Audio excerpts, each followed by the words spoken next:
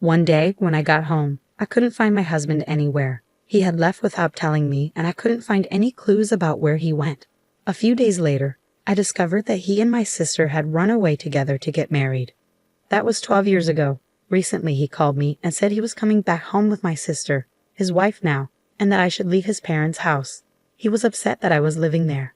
It's been 12 years since they ran away, and it seems like he wants to make my sister his wife officially now that things have calmed down. But they don't know. They don't realize how much our family, including me, has changed since then. My name is Melanie Miller, and I'm 27 years old. I studied web design and worked at a company where I met my husband, Shane. Shane is a friendly guy who works in sales. We fell in love quickly and got married after a year of dating. After we got married, we moved in with his parents. I quit my job at the company and started working as a freelance web designer from home. I wanted to take care of our home and support my husband's lifestyle.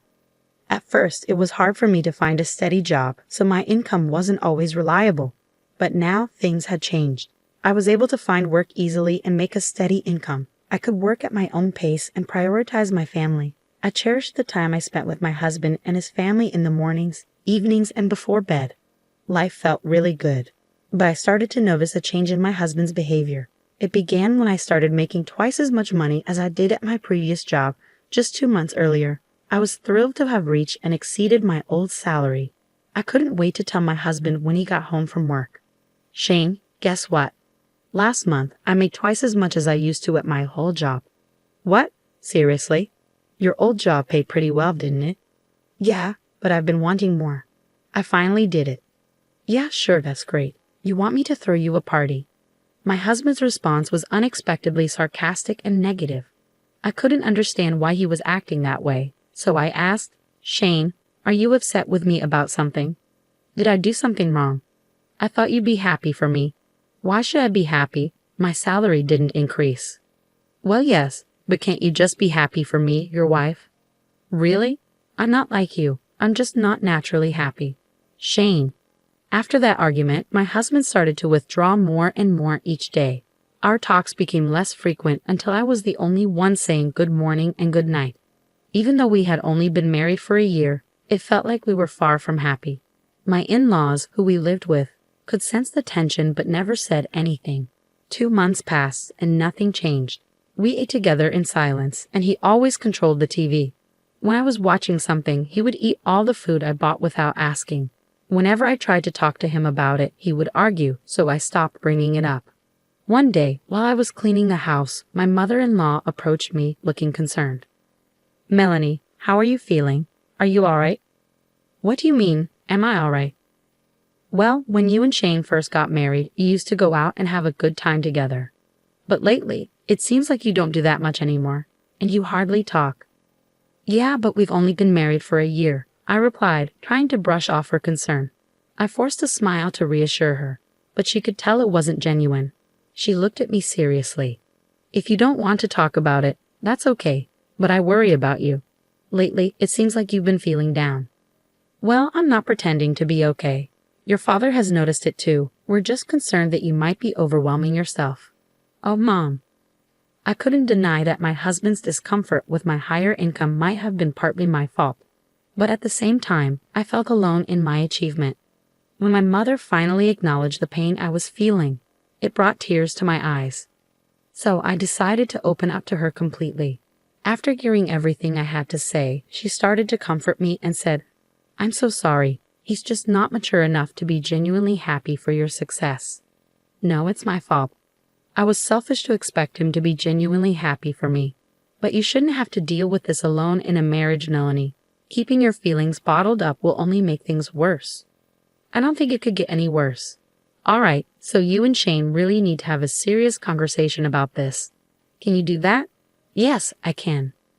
Thank you for confiding in me, honey. She smiled warmly at me. Of course. Then she gave me a comforting pat on the head. My in-laws love me like their own daughter. They've been my support. Taking my mother-in-law's advice to heart, I decided to have a serious talk with my husband. That night, I stayed up late, waiting for him to come home. But as the hours passed, there was no sign of him. He usually got home by 10 at the latest, but it was already past 11, and he still hadn't returned. Why are you taking so long?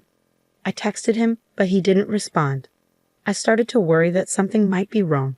I tried calling him, but he didn't pick up and the phone just kept ringing. So I waited anxiously. Finally, around midnight, he walked in. I've been trying to reach you, I began, but he just sighed loudly and looked annoyed. What's going on? Why are you still up? Well, I wanted to talk to you about something important today. About what? He replied, sounding annoyed. I think our issues started because of my new salary, right? I should have maybe kept that to myself. I know it might have hurt your pride. As soon as I said that, I felt a shiver down my spine.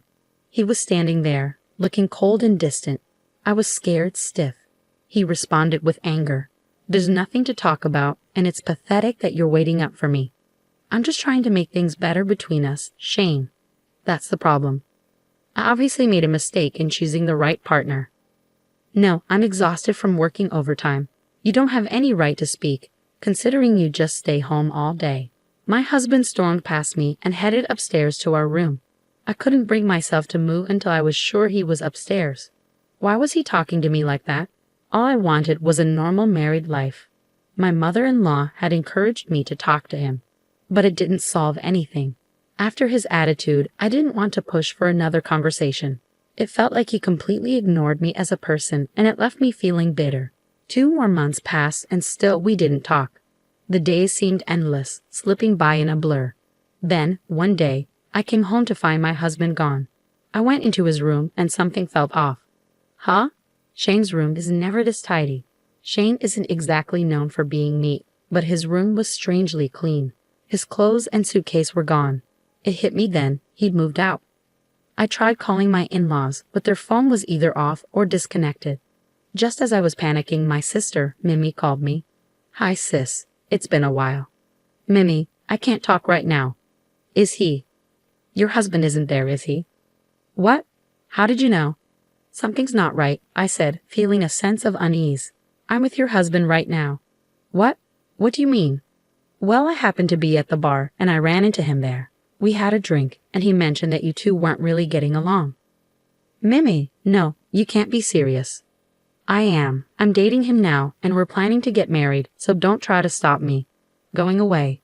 That's ridiculous. Bring Shane back home right now. I'm sorry I can't.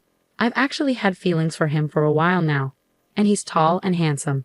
I'm taking him. Then she hung up.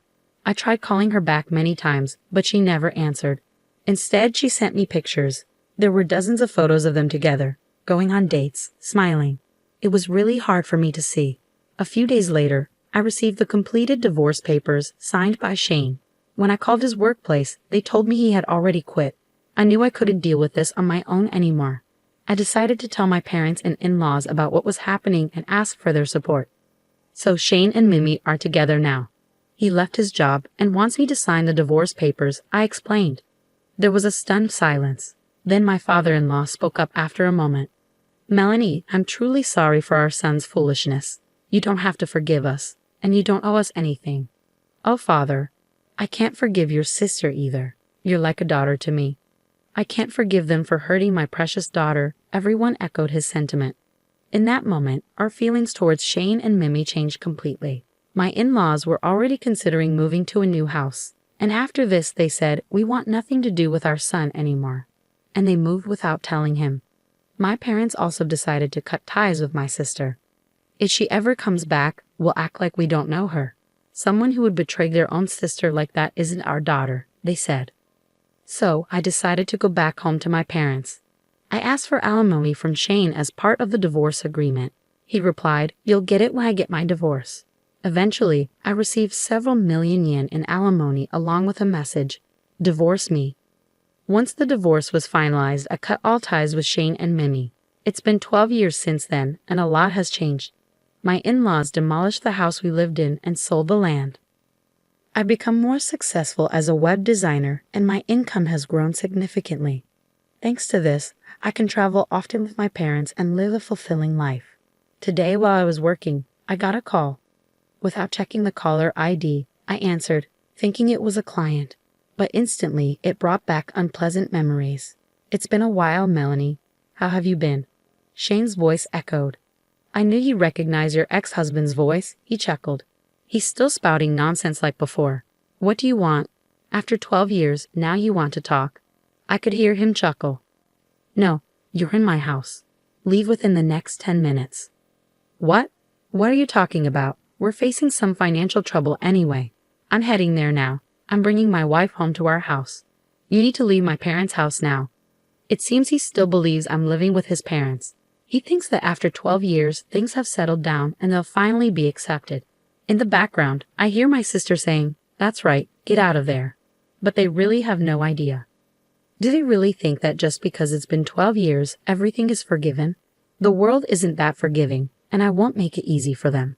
But I took a deep breath and replied, "If you want to go home, go ahead. But I'm not at your parents' house anymore." "Oh really? Did my dad kick you out?" "How clueless can you be?